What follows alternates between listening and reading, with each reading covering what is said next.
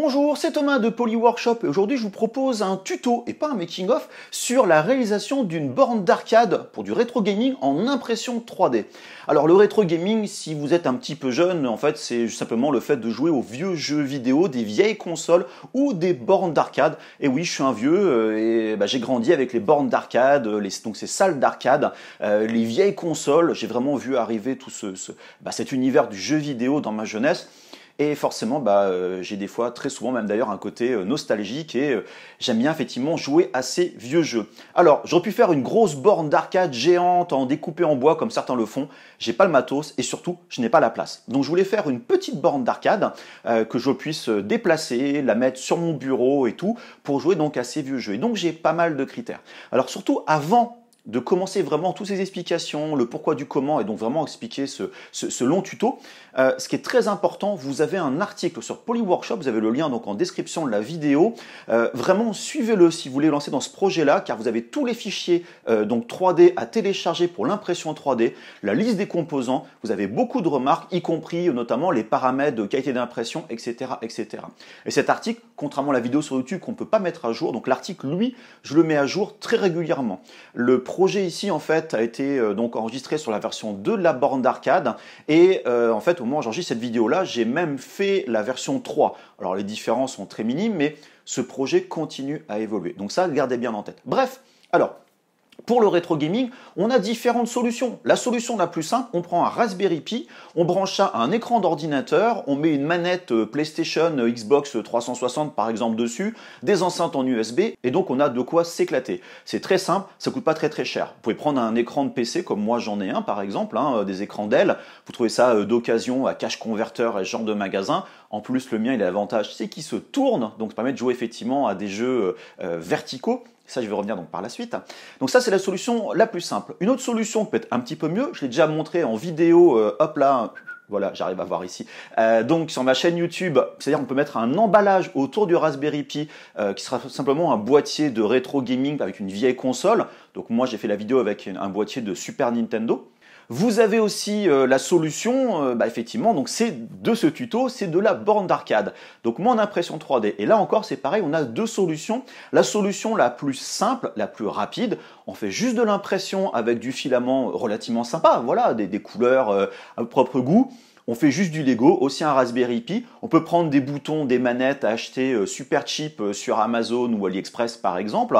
Ou alors, vous avez la solution, celle que moi vraiment je vous propose et je vous montre de A à Z, c'est donc cette version-là, mais en faisant une impression de meilleure qualité, en faisant du ponçage, en faisant la peinture, en mettant du vinyle, en vraiment mettant de la couleur pour avoir une finition vraiment super professionnelle et des options en plus, comme par exemple mettre des LED à l'arrière qui vont se synchroniser avec l'image, un petit peu comme cet Ambilight que fait Philips au niveau de leurs écrans de télévision. Et ça vraiment c'est le côté plus qui fera que vous aurez une vraie borne d'arcade vraiment professionnelle à poser sur votre, je dirais, votre bureau. Et donc dans les critères effectivement que j'avais, hormis d'avoir un truc qui fasse vraiment cool. Alors l'impression 3D, je précise pourquoi, j'ai pas de quoi découper du bois tout simplement, une imprimante 3D, j'en ai plein. Donc c'est vraiment mon domaine. L'autre truc, voilà, j'ai donc pas mal de petits critères. Donc effectivement, c'était d'avoir un écran 4 tiers. Pour moi, c'est obligatoire, je voulais pas des bandes noires de machin, etc. Et en plus, un écran qui soit rotatif. J'en parlais, donc vous vous rappelez, juste avant quand je parlais donc de cet écran Dell. Pourquoi? Parce qu'il y a beaucoup de jeux d'arcade qui se jouent en vertical et pas en horizontal. Donc je voulais pouvoir effectivement tourner mon écran vers la droite ou vers la gauche pour avoir les jeux vraiment dans le meilleur format.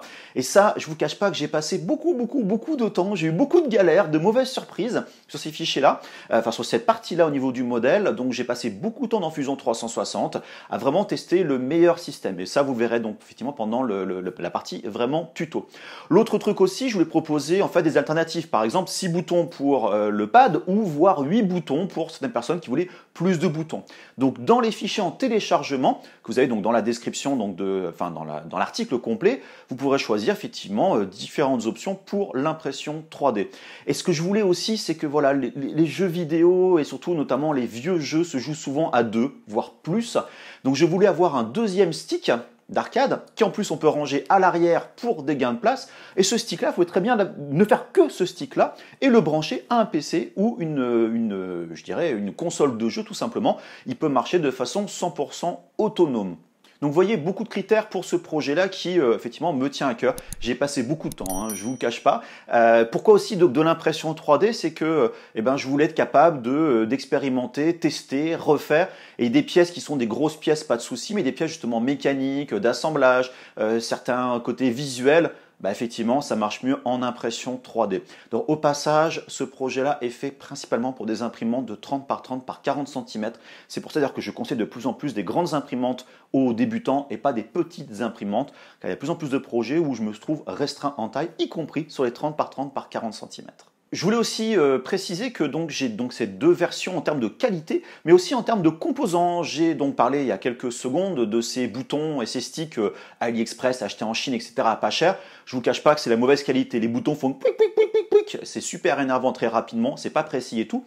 Et de l'autre côté, vous avez, je vous parlais donc du matos un peu plus loin, notamment de sticks et des boutons japonais. Alors il n'y a pas que les japonais, mais voilà, notamment des Sanois. Et je remercie vraiment beaucoup Small Cap, qui est un revendeur français de matériel pour tout ce qui est borne d'arcade, rétro gaming.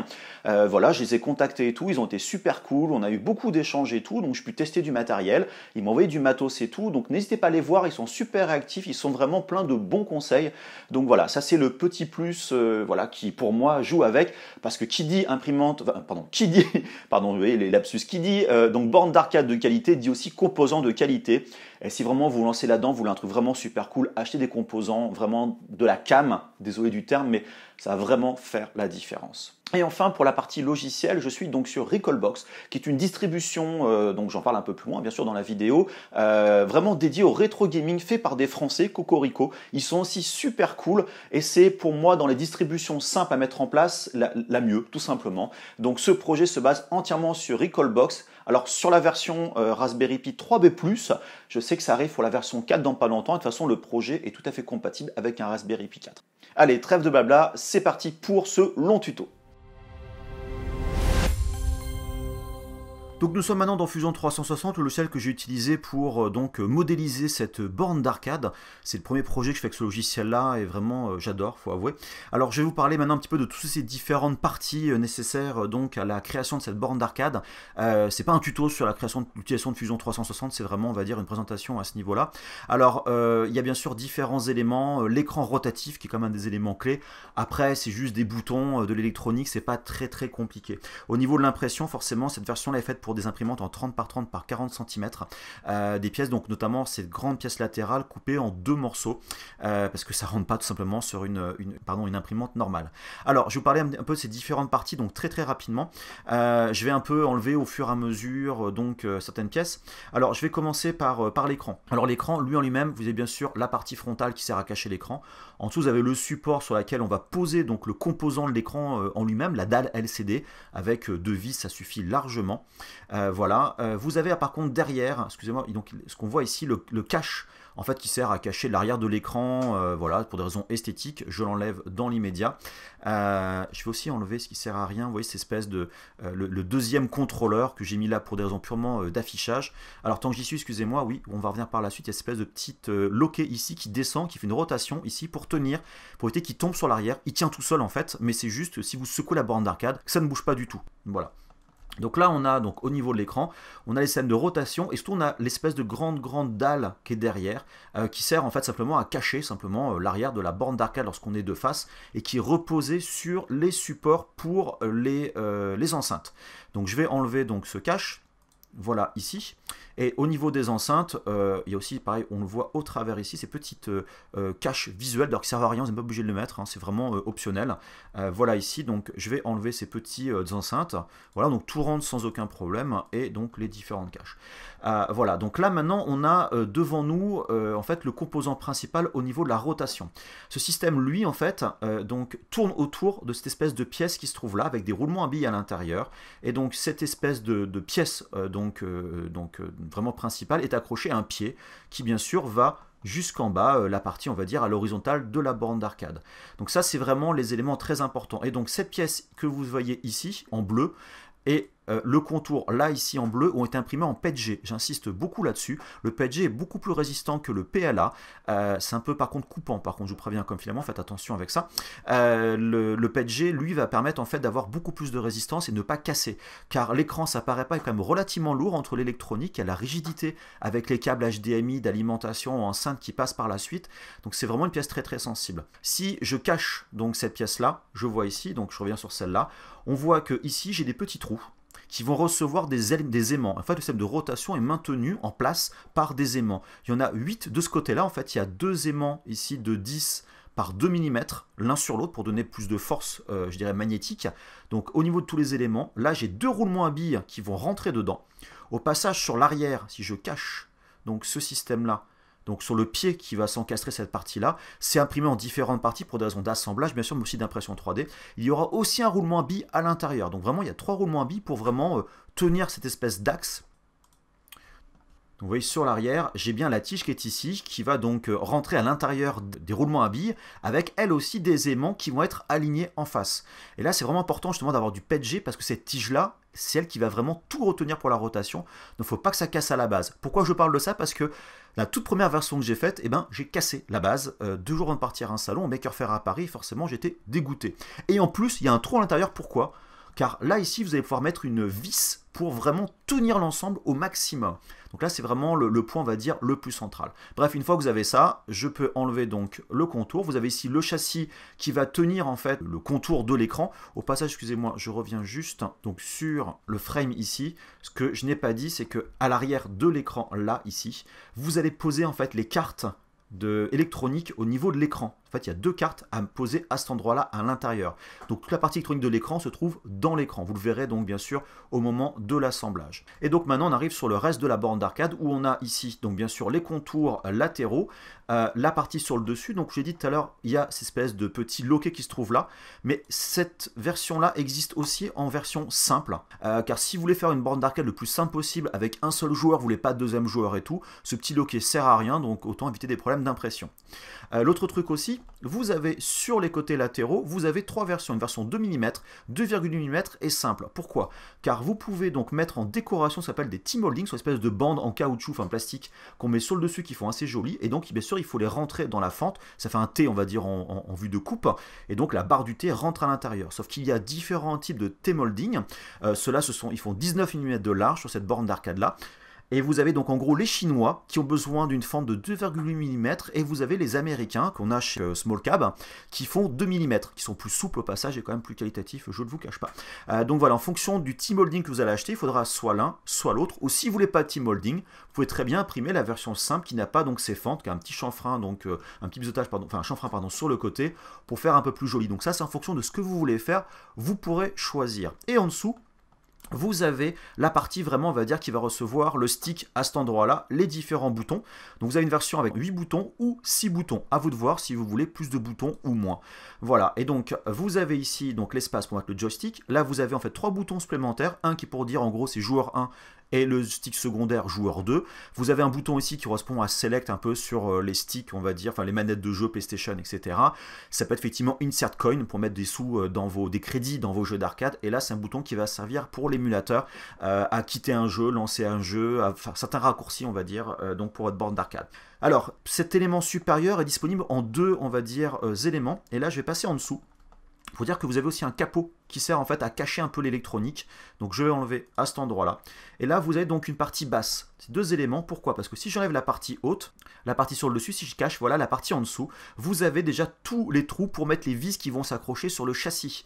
Et là, ça va être vraiment important car vous voulez cacher ça. Donc la partie sur le dessus sert simplement à cacher, simplement, on va dire, votre, je dirais un peu la connectique pour faire plus joli. Et alors, ce que je veux dire, c'est que ici, vous avez donc en dessous, pareil, voilà, les différents trous. Vous avez en fait des renforts aussi pour donner de la rigidité à cette partie-là, car ça paraît pas, mais quand vous appuyez dessus, c'est un adulte, et faut pas que ça plie sous le poids de vos mains et de vos avant-bras. Et si je remets le premier, la partie supérieure, vous voyez ici qu'il y a 2 trous de taille différente, car j'utilise des boutons qui se clipsent, permettent de simplement accrocher le clip sans aucun problème. Si vous mettez des boutons qui se vissent, bien évidemment, ça marchera pareil.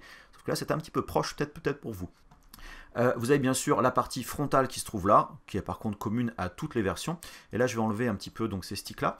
Et on va partir sur la partie un peu plus électronique. Vous avez donc le Raspberry Pi qui se trouve ici, qui va être vissé. Moi, je vous cache pas que je n'ai mis qu'une seule vis pour que ça tienne à peu près bien, pour pas qu'il bouge, mais vous n'êtes même pas obligé. Vous pouvez mettre du scotch en silicone, peu importe. Laissez quand même de la ventilation quand même sur le dessous. Et là, vous avez donc les 4 connecteurs USB qui seront tous utilisés a priori en fonction de vos choix, pour notamment les rallonges qui vont être ici, et donc le connecteur en fait sur l'arrière. Je vais revenir donc ensuite.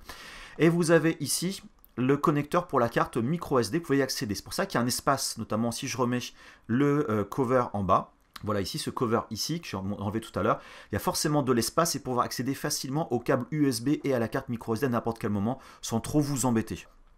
Et donc derrière le Raspberry Pi, que je vais cacher, vous avez donc ces éléments qui sont assez importants. Vous avez un cache sur le dessus qui est là purement pour faire joli.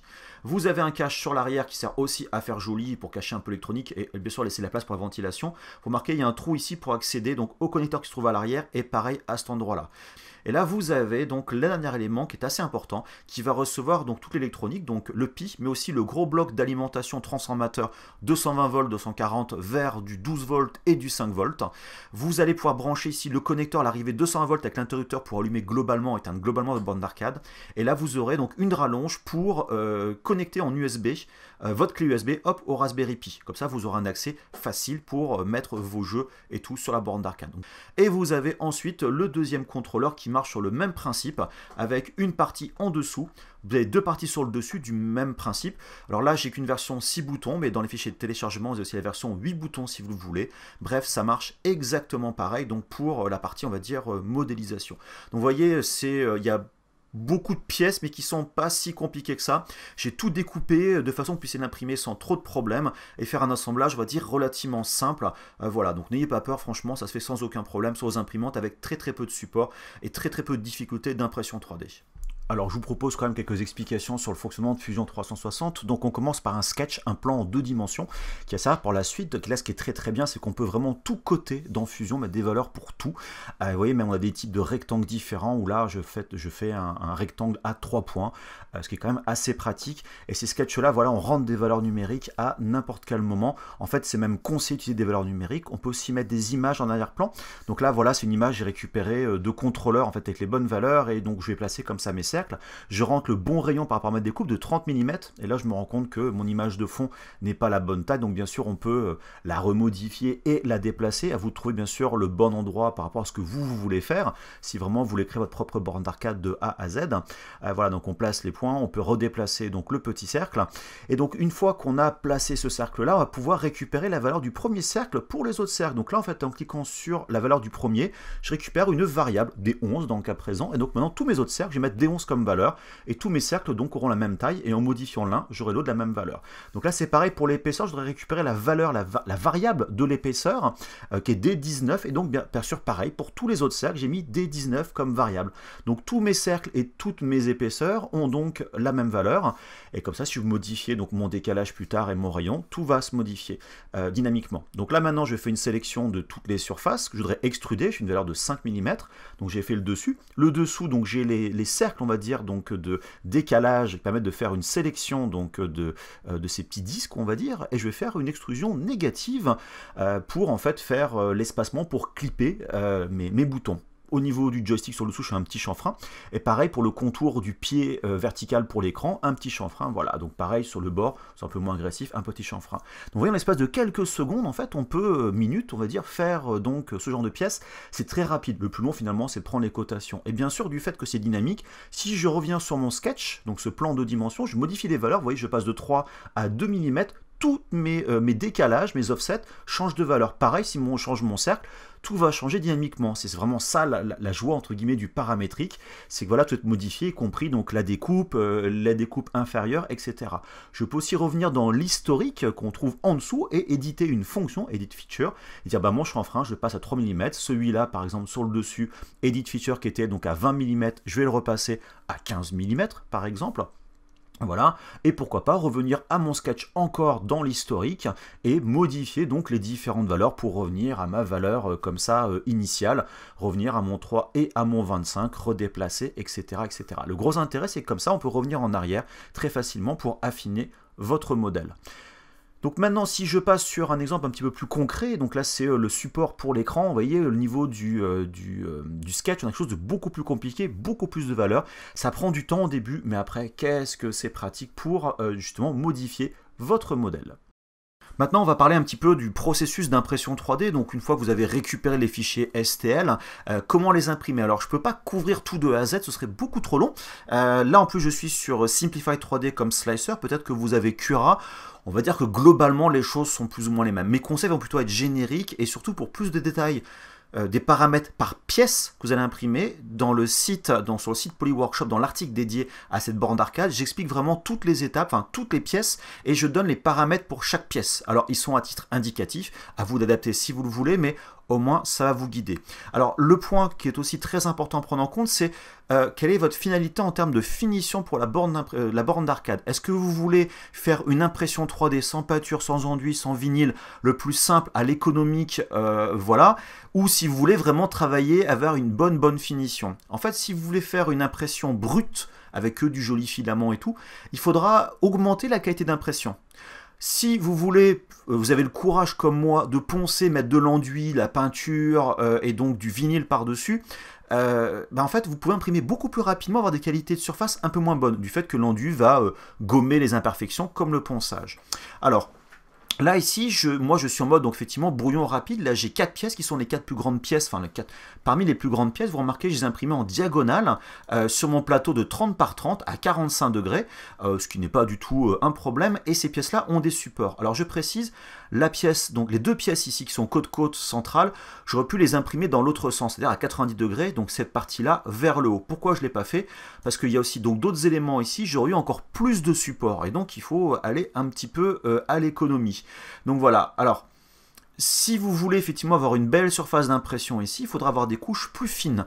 Moi dans mon cas, j'ai deux processus. Des processus en fait ce sont des paramètres d'impression. J'ai un processus qui est tout en bas, qui va en fait commencer, vous voyez ici sur Advance, qui va commencer à 0 et s'arrêter à 0,2 mm, à 200 microns.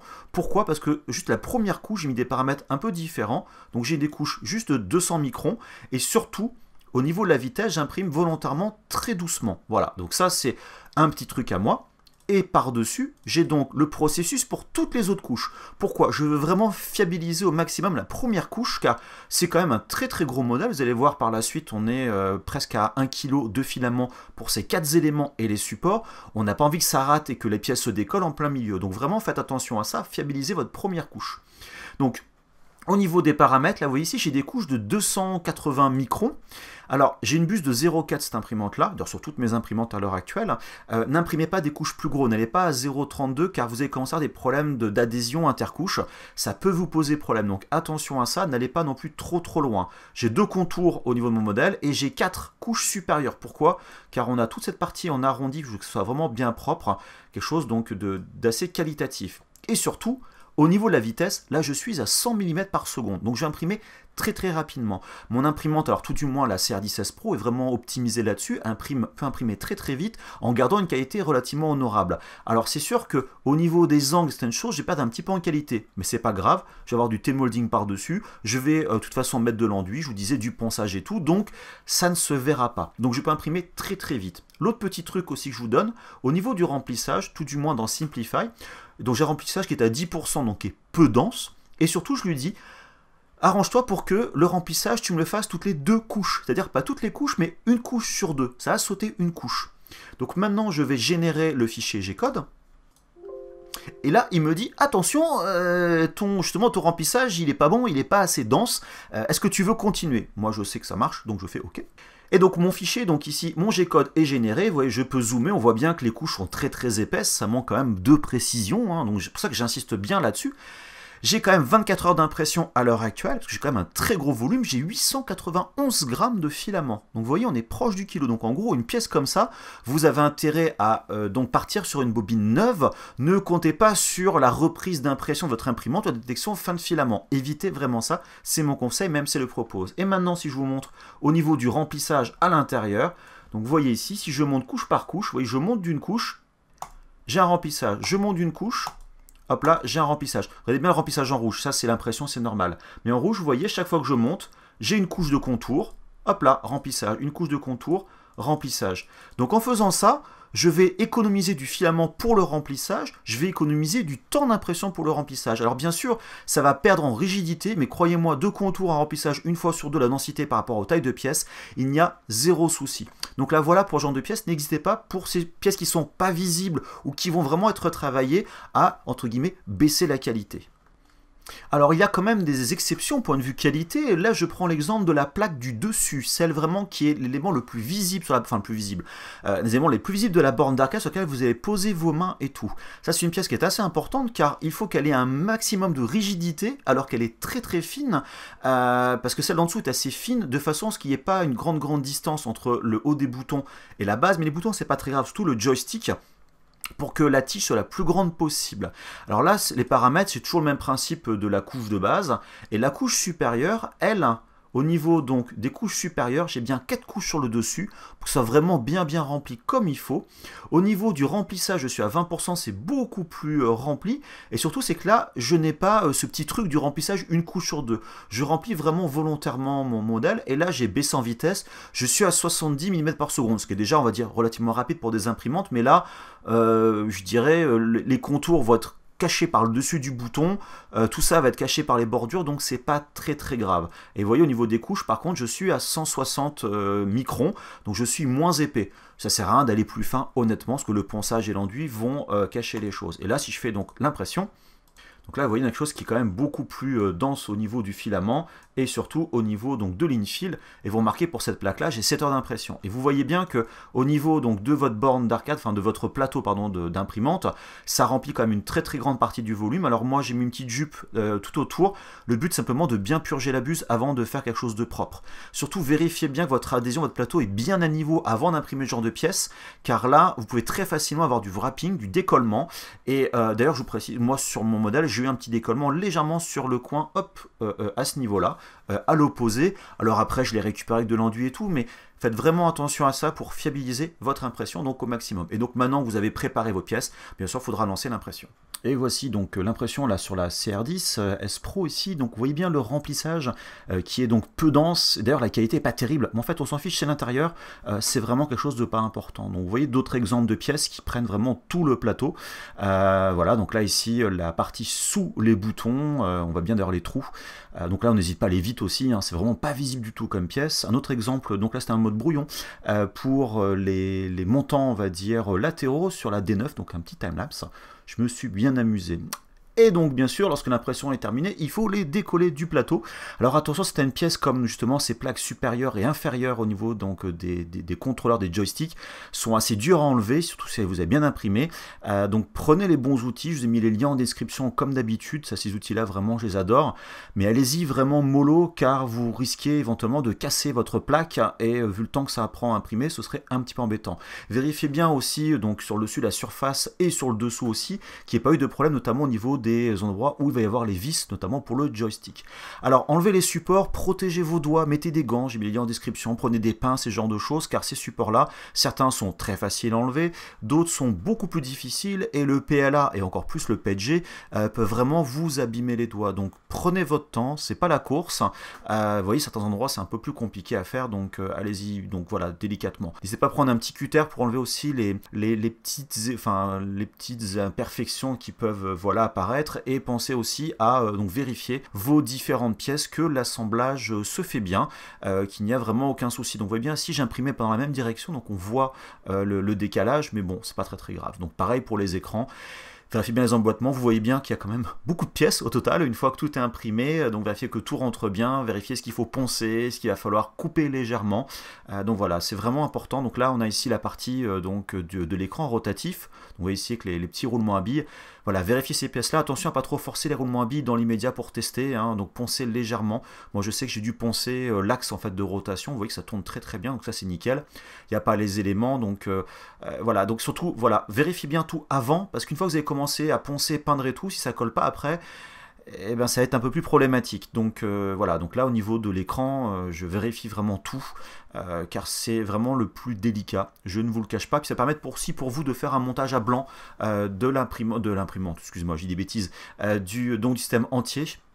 au niveau du pied, et comme ça vous allez pouvoir anticiper le montage, car même si je monte donc par la suite entièrement le montage, c'est mieux de comprendre vraiment ce que font les pièces. Donc j'expliquais donc là ici pour le Raspberry Pi, l'alimentation, donc ce que je montrais dans la partie sur les pièces dans Fusion 360, voilà, vérifier tout, vérifier que ça s'emboîte bien, où il y a du jeu, où il n'y a pas du jeu, là donc effectivement il y aura la clé USB, la partie supérieure, donc là je fais un petit montage à blanc en fait, des différentes pièces, faites-le vraiment vous-même, ça va vraiment vous aider à comprendre comment c'est fait, j'insiste vraiment très lourdement là-dessus, car c'est pas si simple que ça. Donc vous voyez les différents parties, au niveau, donc vous voyez ce que j'ai dit tout à l'heure, donc c'est le passage pour les vis, la partie supérieure, vraiment vérifiez que tout colle bien, mettez-vous vos yeux par-dessus, vérifiez donc que tout est bien aligné, que voilà vos boutons sont au bon endroit, que cette pièce justement centrale se pose bien, ce qui est très très bien. La partie supérieure, alors des fois il y a un petit peu de jeu, parce que par la déformation c'est avec le PLA, que voilà le petit loquet rentre bien, faut forcer un petit peu, mais ça se fait sans aucun problème, c'est même assez rigide, je suis assez content donc du résultat.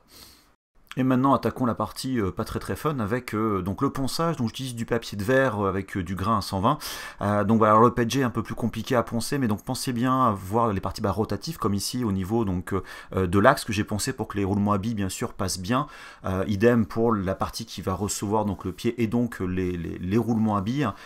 C'est pas très visible. Alors par contre là vous voyez les montants, eux il va falloir poncer un peu plus, car vous avez les contours, vous avez la partie je dirais supérieure, et là voilà ça prendre du temps, donc éventuellement passer même avec du grain à 80, et vous remarquez que je fais du ponçage à l'eau, ça permet en fait d'éviter l'échauffement et surtout éviter les poussières dans tous les sens. Et là il faut l'huile de coude, je vous cache pas, donc ça prend du temps, donc passer des petits coups d'éponge aussi pour enlever le gros de la poussière. Vous voyez des parties comme ici, le montant vertical qui va être très visible, alors là allez-y vraiment franco, car il faut que ce soit propre le plus possible.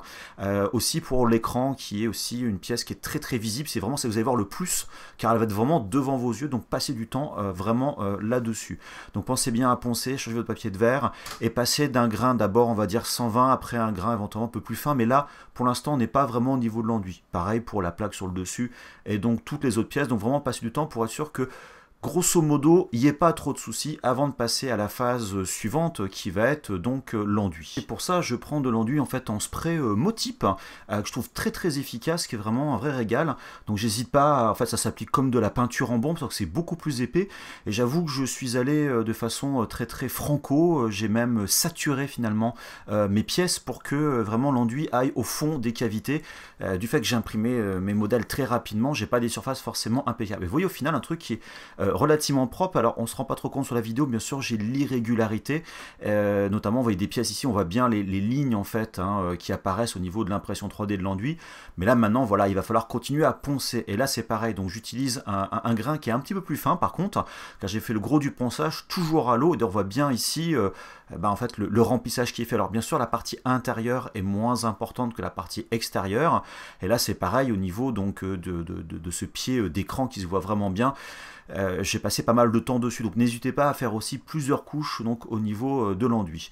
Ensuite il va falloir donc bien sûr coller vos différentes parties. Pour ça j'utilise de la colle Sader plastique rigide. Il y a d'autres colles, la colle PVC pour les gouttières et tout marche aussi très bien, donc n'hésitez pas voilà à mettre ce qu'il faut comme colle de chaque côté, car il faut mettre sur chaque partie vraiment de la colle. Attention non plus à ce que ça bave pas forcément plus que ça, mais pour certaines parties, il me vaut un peu trop de colle que pas assez, donc voilà un petit coup de sopalin par la suite pour enlever, je dirais, le surplus. Donc tenez bien ça pendant quelques secondes, que ça bouge pas. Vous voyez, je mets à plat au niveau donc de mon socle, de ma base, je dirais, l'impression 3D pour être sûr que ça reste bien aligné. Et après, il va falloir forcément poncer un petit peu tout ça encore, et surtout donc remplir les irrégularités avec du mastic. Alors moi, je prends du mastic, on va dire liquide. Toutes sortes de mastic bien sûr va faire l'affaire, ça c'est du mastic japonais que j'adore beaucoup pour mes figurines, mais voilà ça marche très bien, et voilà ça s'applique je dirais très facilement. Après il y a l'enduit plus rigide. Alors un petit truc que je voulais vous dire, c'est que des fois on se retrouve avec des pièces qui ont un petit peu déformé, donc ça c'est le deuxième joystick, donc pensez bien que le PLA est sensible à la chaleur, donc le sèche-cheveux est un bon moyen en fait de réparer un petit peu des petits problèmes comme ça d'impression, avec un petit coup je dirais de poids dessus, et vous voyez que votre surface a récupéré donc on va dire son état un peu initial. Je vais aussi mettre de la peinture sur mes différentes parties, même si par la suite pour certaines je vais avoir du vinyle par exemple, je vais avoir quelque chose de propre, et là c'est pareil, toujours c'est Motype, c'est le moins cher que j'ai trouvé. Je prends la bombe à voiture en mat blanc et noir, donc pour avoir une belle surface au final. Donc voici ce que l'on obtient, c'est quand même plutôt très très propre. D'ailleurs au passage on voit tous les petits défauts. Vous voyez, de chaque côté on a donc le blanc et le noir sur lequel je vais mettre le vinyle, mais on pourrait très bien garder ça tel quel. Alors vous pouvez voir qu'il y a des fois des petits ratés au niveau de la peinture, ça peut arriver, mais pas forcément besoin de reprendre, parce que vous voyez si je pose la partie supérieure, ça s'emboîte dessus et en fait ça va cacher tout simplement le petit défaut. Maintenant, attaquons le montage de l'écran. Alors, on va commencer par la partie des aimants avec système de rotation. Donc, vous voyez, j'ai des aimants qui sont assez puissants, que je vais coller 2 par 2, sauf un, on va dire, de la Super Glue 3. Alors, attention au sens, bien évidemment. Attention à ne pas vous coller les doigts, parce que ça part très très vite. Ils sont vraiment très très costauds. Surtout, vérifiez bien que au niveau de chaque aimant que vous allez mettre, il soit bien orienté dans la bonne direction. Vraiment vérifier et survérifier. Il faut absolument que le pôle soit dans le même sens. Pourquoi? Car à un moment, je crois que c'est dans le même sens alors qu'il ne l'était pas, et vous allez voir par la suite, forcément, ça a posé problème. Normalement, ils doivent rentrer, si vous êtes bien imprimé, juste, comme ils font en forçant un peu. Donc bien sûr, mettez la Super Glue 3 au niveau donc, de votre support qui est en PETG. Donc là, c'est pareil, vous avez remarqué, il y en a deux en fait qui sont double épaisseur. Par contre, celui qui est sur le fond, ici, en haut, il n'y a qu'une seule épaisseur. Donc en gros, il y en a 7 ici et pas 8. Donc vérifiez bien avant de l'autre côté que l'alignement est dans le bon sens. Donc il faut vraiment que tous les aimants, tous sans exception, dans un sens et dans l'autre, soient dans le même sens pour que voilà, ils s'attirent et non pas qu'ils ne s'opposent. Et là, c'est vraiment le même mode de fonctionnement. Vous mettez vos aimants, vous les collez et il n'y a aucun problème. Donc vous mettez donc vos roulements à billes. Les collez pas pour l'instant, vous allez juste vérifier que tout se passe bien. Vous mettez vos 2 roulements à billes à l'intérieur. Voilà, donc normalement tout doit bien tourner sans aucun problème. Et là, donc vous mettez par la suite, si tout est ok, voilà, la colle à l'intérieur. Attention bien sûr à mettre suffisamment de colle, mais pas trop, de façon à ce que vous ne colliez pas le roulement à billes, car si après il ne tourne plus forcément, ça va poser problème. Donc vraiment attention à ça, allez-y mollo et vérifiez bien que votre électroaimant ne bouge pas. Et donc là maintenant, vous le mettez, normalement ça va bien coller, sauf que voilà, si donc là quand vous tournez, ça va bien tenir, vous voyez, ça revient bien en place. Par contre, hop là, vous voyez, ça, en fait, c'est la première version. Le premier montage que j'avais fait, eh ben, j'avais 2 aimants qui étaient opposés, qui étaient en fait inversés. Donc, bien sûr, j'ai dû recommencer la pièce vu que j'avais tout collé et voilà, refaire le truc. Donc, par contre, quand c'est bien fait, dans le bon sens, vous voyez que là, ça marche très très bien. Alors, ça monte très légèrement entre 2 aimants, c'est à cause de la polarité, mais une fois que vous collez l'ensemble, il n'y a plus du tout de problème. Donc là, maintenant, sur le pied, c'est pareil, on va mettre de la super glue sur les contours, on va coller, bien sûr, l'aimant à l'intérieur. Et là, en fait, ça, il faut toujours vérifier avant de faire le collage. N'hésitez pas à poncer pour être sûr que tout est OK. Maintenant, l'écran, qui est la partie vraiment sensible électronique. Vous avez différents composants. La nappe qui va connecter, en fait, à la partie, on va dire, pas de télécommande, mais de contrôle. Le contrôle principal avec l'alimentation. Vous avez le HDMI, d'autres connecteurs qu'on peut se servir. Donc là, c'est le câble au niveau donc, de l'écran. Alors, l'écran, il y a une petite protection, vous voyez, qui est en bas ici. Laissez-la le maximum possible pour ne pas abîmer l'écran. Donc, votre écran, vérifiez bien qu'il va bien rentrer donc dans le cadre qui est donc dédié à ça. Donc voilà, faites toujours des montages à blanc, hein, vraiment n'hésitez pas. Donc là, connectez pareil pour vérifier les câbles au niveau donc des contrôles. Arrivez au niveau de la carte mère, n'hésitez pas à voir dans l'article, hein, il y a les photos et tout, même si dans la vidéo je les montre. Branchez aussi donc vos enceintes, vraiment branchez tous les câbles. Alors il n'y a pas vraiment de manuel, hein, je ne vous le cache pas. Là c'est pareil au niveau de l'écran, il y a vraiment un sens. Donc vous voyez, là je vous montre en photo, c'est le bon sens par rapport au connecteur qui doit être sur le dessus. Enfoncez ça bien, donc là vous voyez les connecteurs vers l'écran, l'alimentation 12 volts, l'alimentation de l'écran, le HDMI. Et n'hésitez pas à faire un test à blanc très rapidement pour voir si votre écran marche bien avec une alimentation 12 volts. Vous voyez, il y a le son derrière, les enceintes, donc vraiment tout marche, ce qui est quand même, je dirais, plutôt cool. Donc là je suis sur, en fait, j'étais sur un Odroid. Donc là les enceintes c'est pareil, marche bien. Vérifiez bien le sens aussi à gauche et droite par rapport donc à vos enceintes. Mettez donc à l'envers, il y a un petit espace pour laisser le câble. Alors beaucoup de jeux sont en mono honnêtement, donc c'est pas forcément très très grave la direction, il faut vraiment vérifier. Il y a les caches arrière, vous pouvez mettre que bon moi j'ai mis, c'est pas du tout obligatoire, et vous voyez qu'une fois que c'est fini, ça fait assez joli. Donc maintenant on va donc bien sûr continuer l'intégration de cet écran. Donc là j'ai la partie donc de rotation que je mets en place. Alors attention au sens, vous trompez pas, voilà, mettez bien au moins comme test où se trouve le pied, il doit être à l'opposé vers le bas par rapport au contrôle qui doit être sur le dessus. Là c'est pareil, vous voyez au niveau du cadre, il y a la petite fente qui permet en fait de passer le câble à l'intérieur, donc au niveau des contrôles. Donc vraiment vérifiez tout ça. Passez donc les éléments, donc vous voyez comme ça les câbles donc sur le dessous. Prenez des des vis les plus petites possibles que vous ayez pour visser donc l'espèce de contour d'aluminium sur le cadre. Attention que ça ne dépasse pas, donc vraiment il faut des toutes petites vis. Ne me demandez pas la référence et vérifiez bien que votre cadre par-dessus va bien arriver. Ne collez pas le cadre maintenant, gardez ça vraiment pour la suite. Donc maintenant on passe les câbles à l'intérieur et surtout donc par-dessus, voilà vous voyez bien le système de rotation car les cartes sont à l'opposé, à l'arrière du système donc de rotation. Donc voilà, c'est un petit peu galère, il faut vraiment mettre tout ça en place, vérifiez bien. Donc les contrôles, vous remarquez qu'il y a deux petits trous qui ont été faits pour, donc ça se met très très bien. Vous mettez un peu de super glue 3, vous remarquez bien qu'au niveau du cache, il y a une petite grille pour la diode infrarouge pour la télécommande. Honnêtement, je n'utilise pas, je ne vous cache pas. Donc remettez donc le connecteur donc qui va des contrôles jusqu'à donc la carte mère. Donc là, vous remettez bien les choses comme il faut. Vérifiez toujours très régulièrement que l'écran marche. Donc ça, c'est vraiment ce contrôle très très régulier. Donc là, maintenant, je mets de la super glue à l'intérieur donc du roulement à billes pour coller de façon définitive le système donc au roulement à billes. Alors c'est pareil, vérifiez aussi bien qu'il n'y a pas de problème de rotation, que vous n'avez pas collé l'ensemble. Une fois que c'est sec, donc vous allez pouvoir coller aussi donc justement le système de rotation au cadre. Attention à l'alignement, là vous voyez la partie haute qui doit passer donc qui doit être au niveau donc des boutons et le câble doit passer en dessous. Donc maintenant collez bien ça à la super glue, donc que sur les contours, voilà comme ça autour. Prenez votre temps, hein, vraiment vous précipitez pas là-dessus. J'ai remis de la colle PVC donc par-dessus au niveau du cadre, du contour. Donc vous voyez, je fais un mix de super glue et de colle PVC, colle plastique. Et maintenant voilà, je colle par-dessus donc le cadre supérieur. Donc allez-y doucement, de façon à pas arracher les câbles, notamment celui de l'écran. Il y a des petits câbles qui sont très très fins. Et donc sur le contour, je rajoute tout autour de la colle. Donc vraiment, je veux que ça colle bien. Alors après, pour le démontage, c'est pas terrible. Là, j'ai du scotch en silicone. J'ai mis le lien en description aussi. C'est vraiment un scotch que j'adore. Ça peut coller très très fort. Vous le mettez sur le plastique comme ça ici. Et en fait, ça permet donc de coller assez fort, mais quand même de décoller par la suite s'il le faut. Donc attention à la rotation de la carte mère pour l'alimentation. Il faut que le HDMI soit vers l'intérieur comme l'alimentation, vous ne trompez pas de sens, donc c'est pareil le petit contrôleur pour l'écran, voilà rajouté. Donc maintenant on va reconnecter les contrôles de l'écran à la carte mère, et là il va falloir faire un petit peu de rangement au niveau du câble. Donc bien sûr vous mettez votre câble HDMI, en prenez un pas trop long, le mien fait 90 cm. Pensez aussi donc au niveau du cache à passer les câbles au trou supérieur, donc vous aurez les câbles d'arrivée au niveau de l'enceinte qu'on branche sur la carte mère. Le HDMI par contre il sort de l'écran, donc attention à ça, et vous aurez bien sûr le câble d'alimentation par la suite. Donc pensez à bien mettre vos câbles. Moi j'ai mis des zip ties là donc pour tenir l'ensemble. À vous de voir ce que vous voulez mettre, mais voilà. Attention que ça bouge le moins possible, car il y a des câbles qui vont donc être amenés à tourner à cause de la rotation. Donc là, le connecteur pour l'alimentation 12 volts, c'est des connecteurs, je dirais, assez classiques à visser. Attention au plus et au moins, donc vous dénudez légèrement.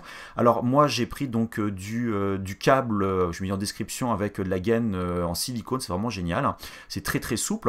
Donc voilà, vous vissez le plus et le moins. Moi, j'ai pris à peu près 90 cm de câble, plus et moins. Je le passe bien sûr dans le trou et je branche au niveau de l'alimentation de l'écran. Donc là, à ce niveau-là, je dirais toute la partie électronique est à peu près en place. Donc c'est pareil, des zip ties que j'accroche au câble pour pas que ça bouge du tout. Et donc vous voyez, j'ai fait de l'espace autour du système de rotation pour qu'il n'y ait aucun frottement. Donc attention à ça. Et maintenant, vous pouvez donc fermer le capot. Un petit truc, c'est que voilà, j'ai commencé à visser tout le contour avec des vis. Par contre, ces vis sont assez visibles car je vais pouvoir enlever. J'ai commencé donc à coller, mais finalement j'ai dû dévisser le capot arrière, donc en mettant ma colle, de façon à avoir assez de place pour coller justement cet axe qui en fait n'est pas forcément très évident à coller par rapport à l'espacement. Et une fois que c'était collé, j'ai rajouté donc mes vis, j'ai fait donc au préalable, et là vous vérifiez bien que la rotation se fait toujours. Et c'est pareil, régulièrement, vérifiez votre écran.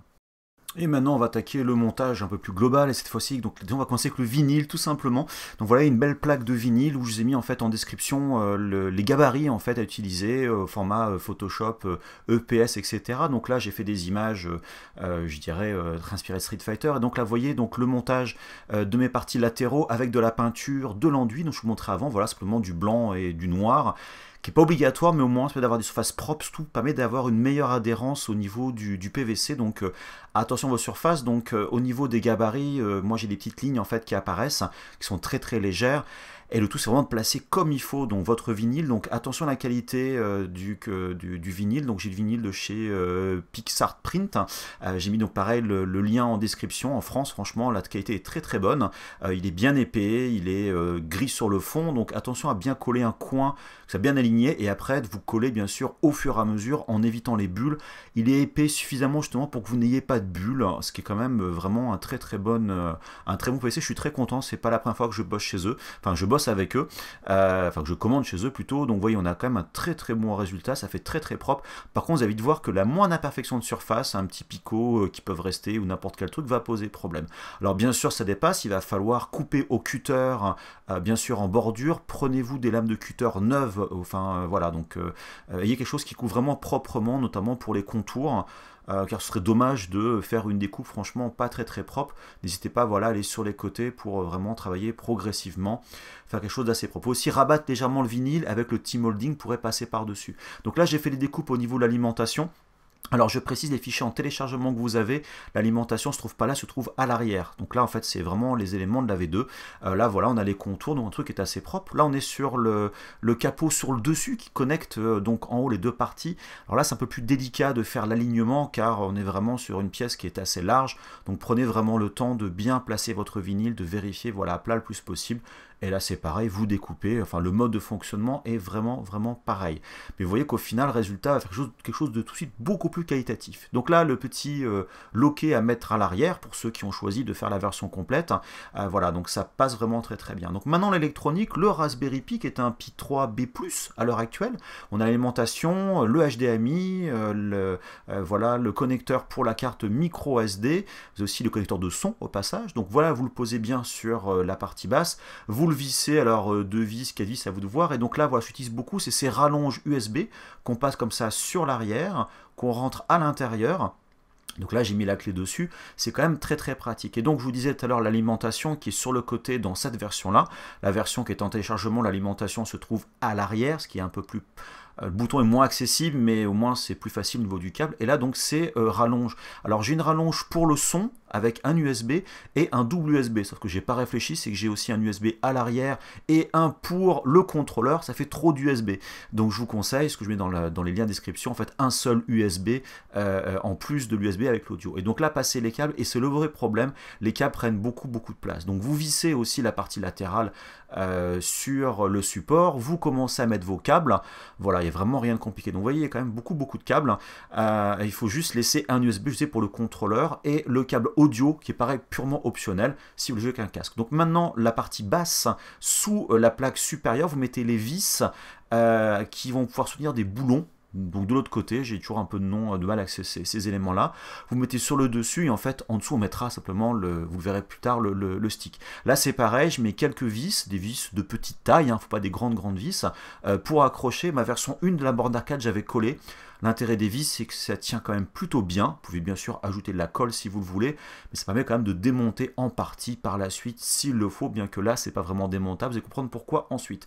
Donc là, je mets le capot supérieur. Le but, c'est de faire un seul côté au niveau de la borne d'arcade, que le côté droit ou que le côté gauche dans l'immédiat.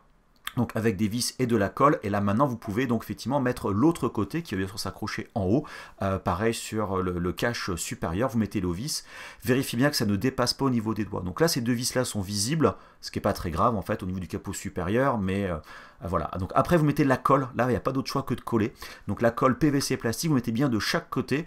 Alors attention à ne pas mettre non plus trop sur les bords pour pas que ça bave, on va dire, notamment sur la partie de devant. Donc voilà, donc appuyez bien, vous lestez. Donc moi j'ai mis du lait effectivement dessus, à vous de voir, pour être sûr que ça ne bouge pas, et laissez bien sécher longtemps surtout, laissez bien une bonne 3 à 4 heures minimum. Donc après le vinyle, alors lui il est un peu plus compliqué, il faut vraiment bien le placer parce qu'il y a les bordures en fait des montants qui sont un petit peu dérangeants, mais on peut pas le faire ça avant malheureusement, donc pensez bien à voilà, donc placer en dessous. Comme il le faut, et après avec le cutter vous allez pouvoir découper. Alors attention à découper proprement, prenez votre temps, prenez un réglé, une règle. Là c'est pareil, si ça dépasse sur le dessus c'est pas grave pour moi parce que le T-molding va passer par dessus, donc c'est pas très grave. Pensez aussi à bien découper les contours au niveau des différents boutons. Alors le T-Molding justement maintenant, vous voyez, donc c'est les deux T-Molding, je vous parlais avant, il y a en fait celui de gauche et le chinois en 2,8 mm, celui de droite et l'américain en 2 mm. Au niveau du petit T, la barre du T, par contre en largeur ils font 19 mm.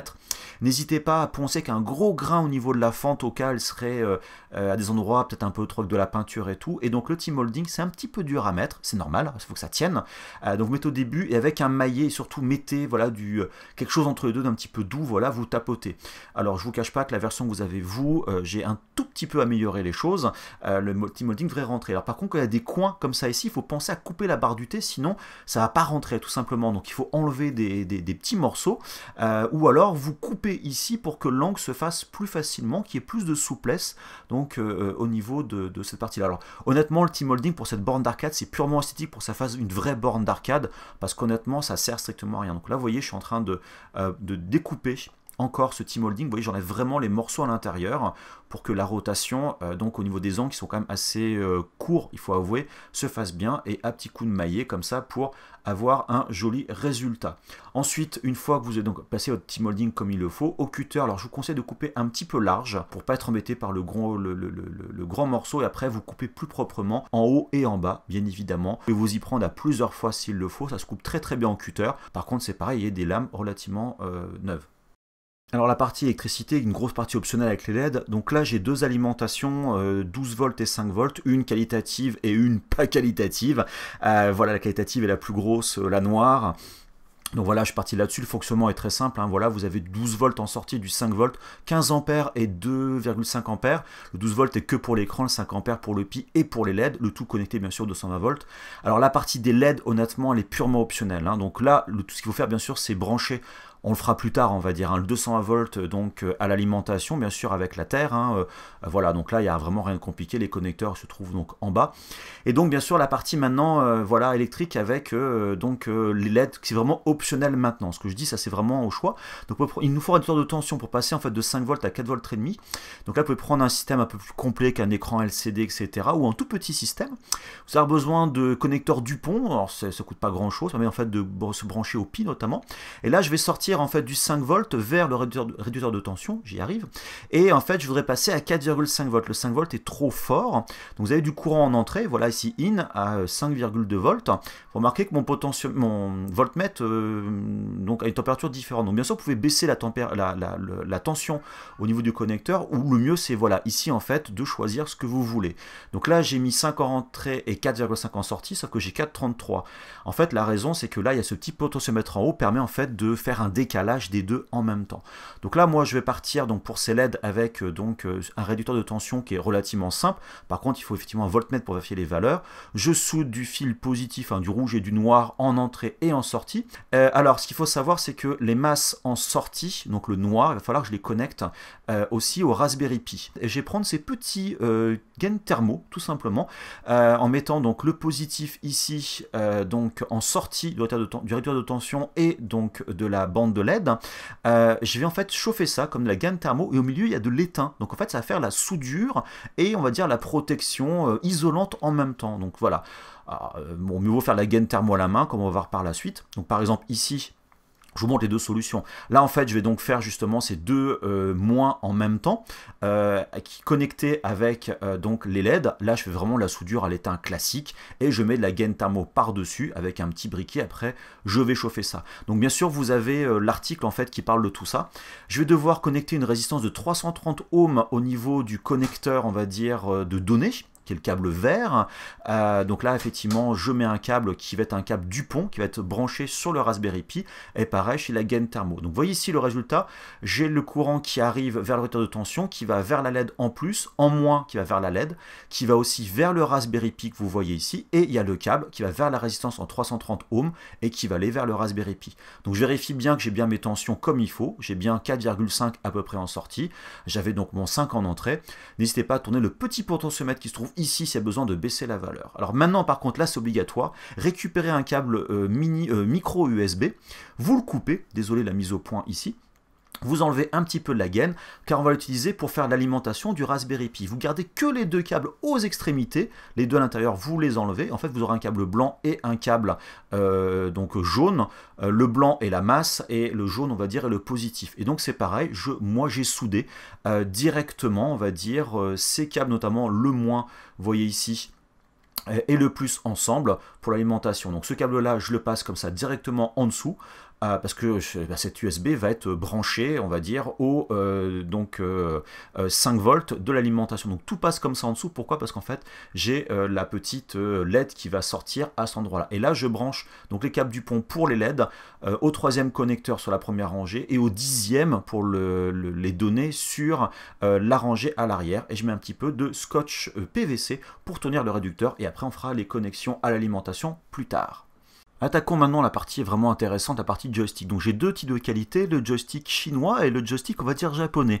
Voilà, donc j'ai eu tout ce qui est japonais sur Smallcab et le chinois sur AliExpress. Et je vous cache pas que c'est le jour et la nuit, point de vue qualité, on s'en rend vraiment compte en jouant surtout, point de vue réactivité et tout. Donc là, on a quelque chose de vraiment, là, donc à droite, le japonais, le sanois, qui est vraiment excellent pour y jouer maintenant pas mal. Et c'est pareil aussi au niveau des boutons, les boutons japonais font quick, quick. Quand on appuie dessus, on n'a pas la même réactivité. Les japonais sont vraiment très très bons. Donc là, on voit les deux. À gauche, on a le chinois. À droite, on a le japonais sanois. Au passage, les sanois aussi sont en mode silencieux. Enfin, on peut avoir des versions silencieuses. Alors, on a aussi des boutons qui sont lumineux. C'est ce que j'ai mis sur la première borne d'arcade. Je trouvais ça cool. Mais au final, ça sert strictement à rien. Plus de câbles. Et vous voyez, en fait, par transparence, on voit en fait le support. Et c'est pas terrible. Il y a aussi des boutons, donc là, de qualité. Donc, j'ai eu par Smallcab. Qui sont aussi convexes, concaves. Vous avez donc des boutons de différentes qualités, mais toujours mieux que les chinois chez eux. Et pareil, les joysticks, on peut aussi changer la tige pour avoir une tige beaucoup plus haute. Pareil, au niveau du joystick en lui-même, vous avez donc une base de base, mais on peut aussi changer en fait cet élément-là pour avoir une base hexagonale, ce qui est beaucoup mieux pour les jeux de baston, les gens Street Fighter, pour en fait faciliter les combos. C'est plus, on va dire, indicateur de la position du stick. Voilà, donc vous faites un Hadoken ou un Shoryuken, c'est beaucoup plus simple. Et après, il y a aussi bien sûr la partie contrôleur qui est un élément important. Vous avez à gauche le contrôleur chinois premier prix. Alors il y a plein de connecteurs et tout, hein, c'est pas quand même pas trop mal fait, faut avouer, soi-disant 0 délai. Et vous avez le qualitatif, aussi j'ai eu chez Smallcab. De l'autre côté, je vous cache pas que c'est le jour et la nuit. Alors par contre, il y a beaucoup de câbles, honnêtement, parce qu'il faut connecter tous les boutons. Donc là, vous avez en fait un système qui branche, on va dire, d'un côté toutes les masses, de l'autre côté, on va dire à chaque bouton le connecteur pour l'USB. Donc là, on branche en fait, voilà, au niveau de joystick. Alors je précise, là, je vous montre tout maintenant sur les joysticks japonais de sanois. Donc vous mettez en fait vos boutons, voir effectivement que tout correspond bien. Alors vous les renforcez pas complètement, vous les pré-rentrez. Donc ça, c'est des boutons vraiment clissables. Vous avez un petit plan qui explique le schéma avec tous les câbles par rapport au connecteur. C'est pas très compliqué. Donc je vous dis, il faut vraiment faire la différence. Il faut un côté des boutons qui va servir à brancher la masse, le moins on va dire, et l'autre qui va être à relier vers chaque pin au niveau donc du contrôleur ici. Donc vous vérifiez, vous contrôlez par rapport au petit plan simplement donc les différents boutons. Voilà, il n'y a vraiment rien de compliqué là-dessus. Vérifiez quand même bien au fur et à mesure. Par contre, pour le joystick, vérifiez bien l'ordre des fils et la couleur. C'est marqué de toute façon dessus, y compris sur le site de Smallcab. Hein. Vraiment, les fiches produits sont très bien faites. Et après, voilà, vous rentrez donc toutes les fiches une par une au fur et à mesure. Voilà, donc vraiment attention à ça. Donc là, c'est les masses. En fait, tous les fils sont connectés. Donc je branche à la masse le connecteur de masse dessus. Et après, donc les extrémités sur chaque bouton, les uns après les autres. Donc là, vraiment, il n'y a rien de compliqué. Alors au niveau du joystick, attention au sens, que c'est dans la bonne direction. C'est pour ça qu'il fallait mettre les vis à l'envers. Maintenant, avec une rondelle des boulons, je vise sur le dessous. Je vise pas à mort parce que je veux justement d'abord être sûr que mon joystick soit bien centré. Une fois que c'est bien centré, après là on vise bien. Donc n'hésitez pas à vérifier tous les boutons les uns après les autres. Et une fois que c'est bien mis comme il faut, vous pouvez l'éclipser complètement au niveau du modèle. Alors attention, voilà, des fois ça vaut le coup de le ressortir pour voir que ça soit bien enfoncé au niveau des touches. Et là on a un truc qui est vraiment super bien. Alors maintenant, le vrai calvaire, c'est le management, la gestion des câbles.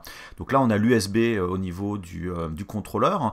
Je mets donc toujours mon scotch silicone que je pose donc sur le montant comme ça à l'intérieur et je passe les câbles USB avec une petite sangle pour les tenir. Voilà, c'est pas forcément très évident. Maintenant, je n'ai plus qu'à mettre la petite tige, le joystick. Là, j'ai la version courte qui marche très bien et là, j'ai maintenant des super boutons, un super joystick.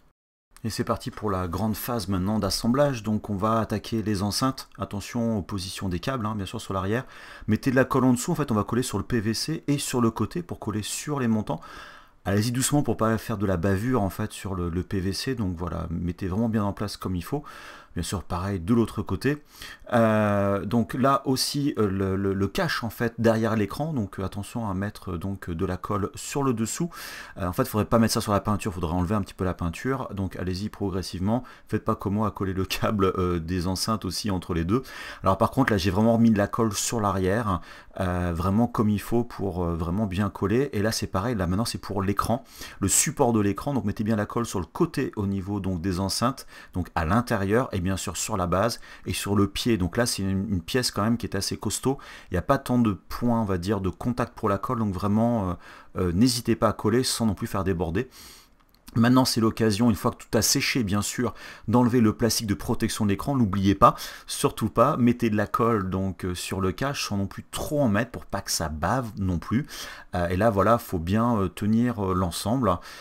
Au niveau des câbles qui sortent sur le dessus, donc pour ça qu'il y a un petit espace pour mettre un petit zip tie, voilà, donc dessus, vous le collez bien.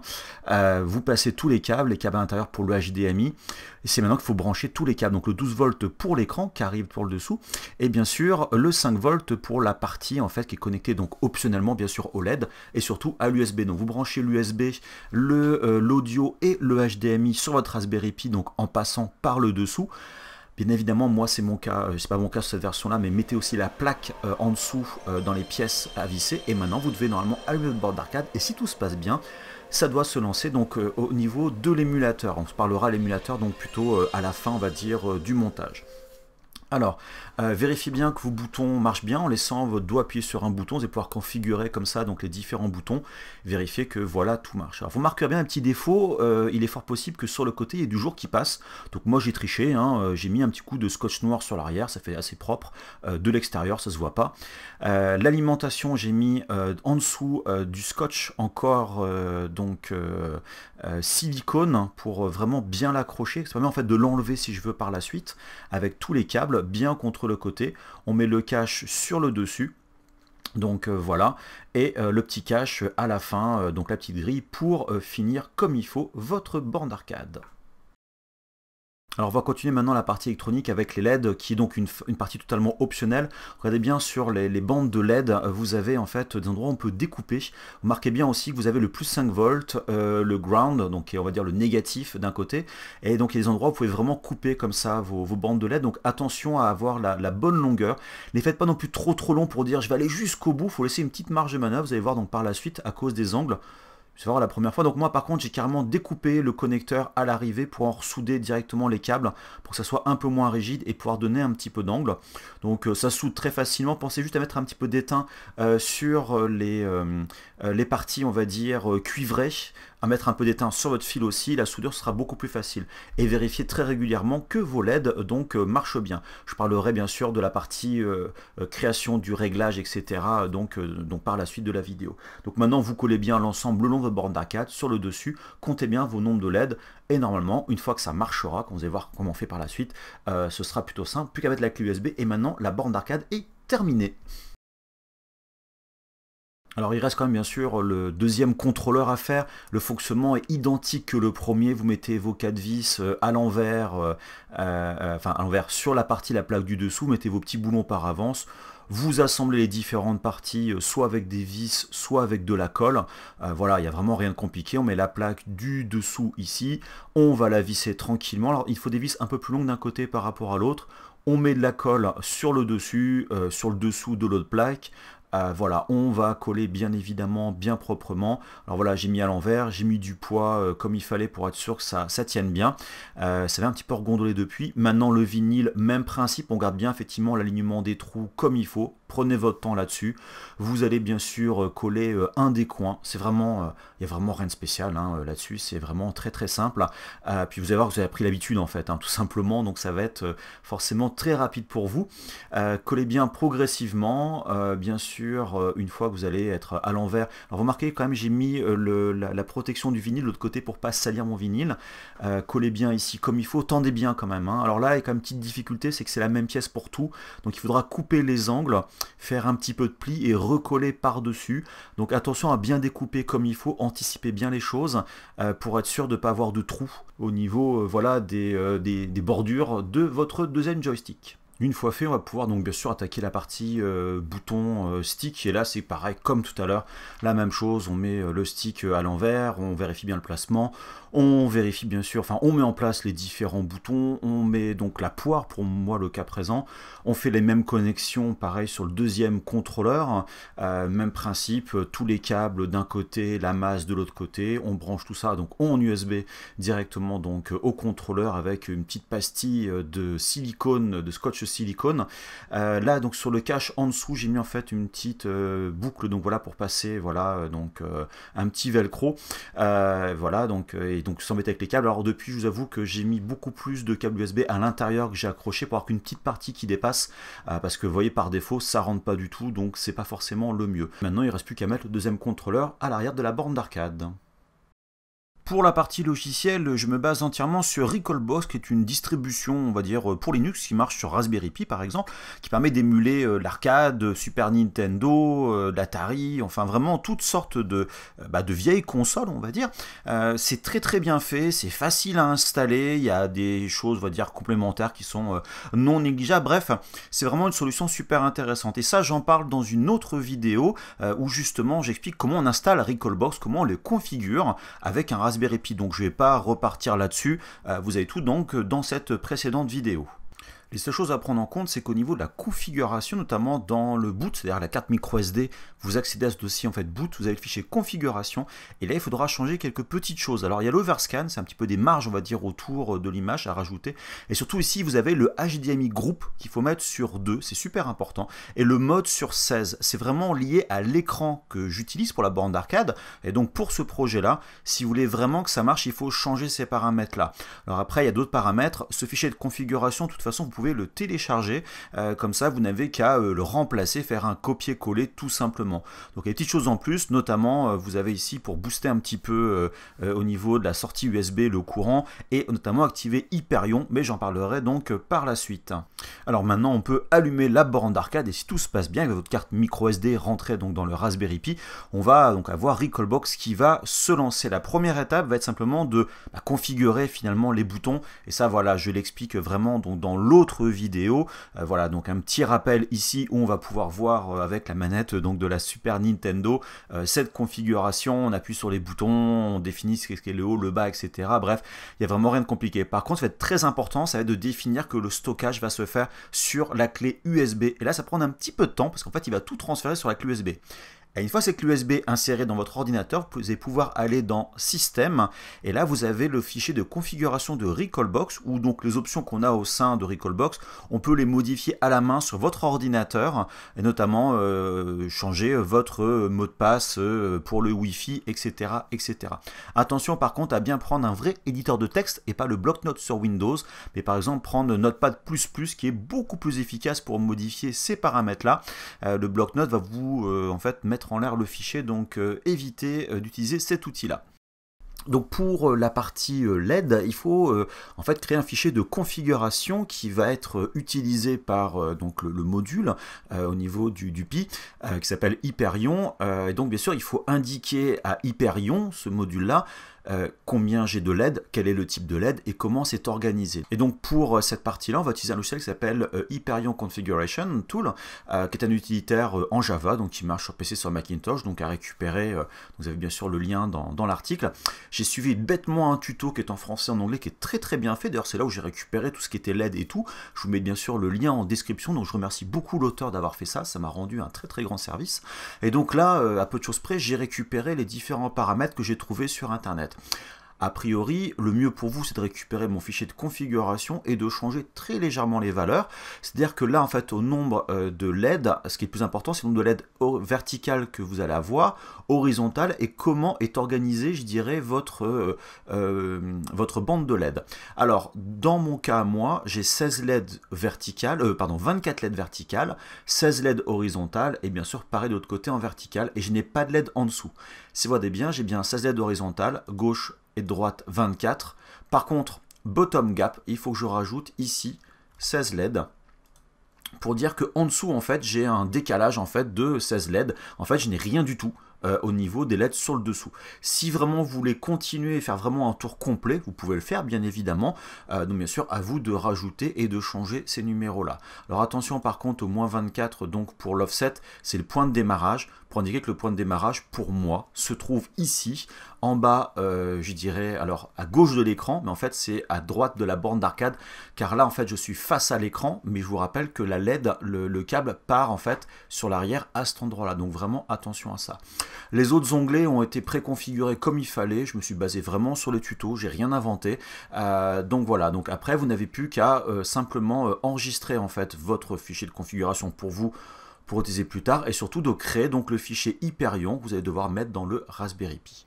Alors je suis de retour avec ma clé USB bien connectée, je vais dans le dossier système qui se trouve dans le dossier Recalbox et j'édite le fichier Recalbox configuration pour bien être sûr que aux environs de la ligne voilà, 122, Hyperion est bien activé. Alors là il indique un chemin pour copier le fichier de configuration.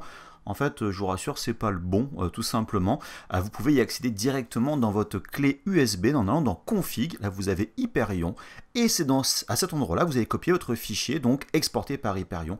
Et quand vous lancez normalement votre Recalbox la prochaine fois, vous devrez avoir toutes vos lettres synchronisées avec votre écran. Et donc nous voilà à la fin de ce long tuto sur cette borne d'arcade en impression 3D. Vous avez vu effectivement, c'est long. Alors, si on enlève la partie sur les LED, c'est beaucoup plus simple et justement beaucoup moins long. On enlève Hyperion, on enlève la soudure, on enlève la partie électronique avec cette petite résistance. Mais bon, croyez-moi, c'est pas si compliqué. Vous avez le tuto donc qui existe aussi en français sur lequel je me suis basé, qui est un vraiment super complément. C'est assez simple en fait au final. Si vraiment souder un tout petit peu vous pose pas de problème, lancez-vous parce que cette petite addition change beaucoup de choses sur le côté visuel de la borne d'arcade. Et comme vous l'avez vu, vous voyez donc ici à côté, là, voilà, là et là, vous avez la borne d'arcade simple en impression 3D tout à fait classique, qui est vraiment finalement qu'un simple Lego, qui est donc voilà, quelque chose d'assez cool déjà en lui-même, mais de faire cette version avec les vinyles, mettre un peu plus d'argent dans les sticks, les boutons, faire ses LED, la peinture et tout, on est vraiment au niveau supérieur, ça fait quelque chose de très très pro pour effectivement de l'huile de coude en plus, mais voilà, c'est le petit plus qui fera vraiment la différence. Et croyez-moi, toutes les personnes qui ont vu ces petites bornes d'arcade n'arrivent pas à croire que c'est de l'impression 3D. Donc ça, voilà, c'est le petit plus. Donc surtout, si vous vous lancez dans ce projet-là, n'hésitez pas à me faire part de vos commentaires. Posez vos questions donc en commentaire de cette vidéo-là. Le mieux, c'est quand même sur le Discord de Polyworkshop. Surtout, taguez-moi sur les médias sociaux. Vous faites cette borne d'arcade. Montrez-moi ce que vous avez fait. Ça me fera vraiment plaisir de me dire que mon projet, effectivement, a servi. J'y ai dépensé énormément d'énergie, de temps dedans. Aussi un peu financièrement parce que j'ai fait beaucoup d'expérimentation, j'ai fait des heures et des heures d'impression, j'ai refait des morceaux, j'ai réétudié, j'ai refait, j'ai recommencé, j'ai amélioré, j'ai affiné. D'ailleurs, au passage, ce genre de projet, si vraiment ça vous botte, limite faites votre propre borne d'arcade de A à Z, quitte à vous inspirer des pièces que j'ai faites. C'est le meilleur moyen pour apprendre un logiciel comme Fusion 360, pour mieux comprendre l'impression 3D, faire un petit peu d'assemblage de composants. Je vous cache pas que je suis pas un génie, vraiment dans l'électronique, ce genre de choses. Le gros du projet, c'est que du Lego. Voilà, donc vous pouvez faire votre propre projet vraiment similaire. Ou si vous voulez pas vous prendre la tête, vous imprimez les fichiers 3D. Ils sont directement accessibles sur l'article donc de Polyworkshop avec toutes les informations. J'ai mis tout en descriptif, notamment les vitesses d'impression, la qualité d'impression pour que ça soit le plus simple pour vous si vraiment vous voulez faire de bornes d'arcade très rapidement avec vos enfants, leur faire découvrir le monde fantastique du rétro gaming. C'est assez cool. En tout cas, n'hésitez pas aussi à mettre un petit like sur la vidéo, à vous abonner à la chaîne. Donc commentez, ça va vraiment me motiver à faire ce genre de projet qui m'a quand même pris 1 an au final. Alors avec des hauts et des bas, je ne vous le cache pas, mais j'ai vraiment passé beaucoup de temps. Et donc j'espère que ce temps-là va pas me servir qu'à moi, mais aussi vous servir à vous. En tout cas, lancez-vous dans l'aventure, ça vaut vraiment le coup. Et surtout, passez de bons moments dans ce monde du rétro gaming. Allez, je vous dis à très bientôt pour d'autres vidéos sur Polyworkshop. Bye bye!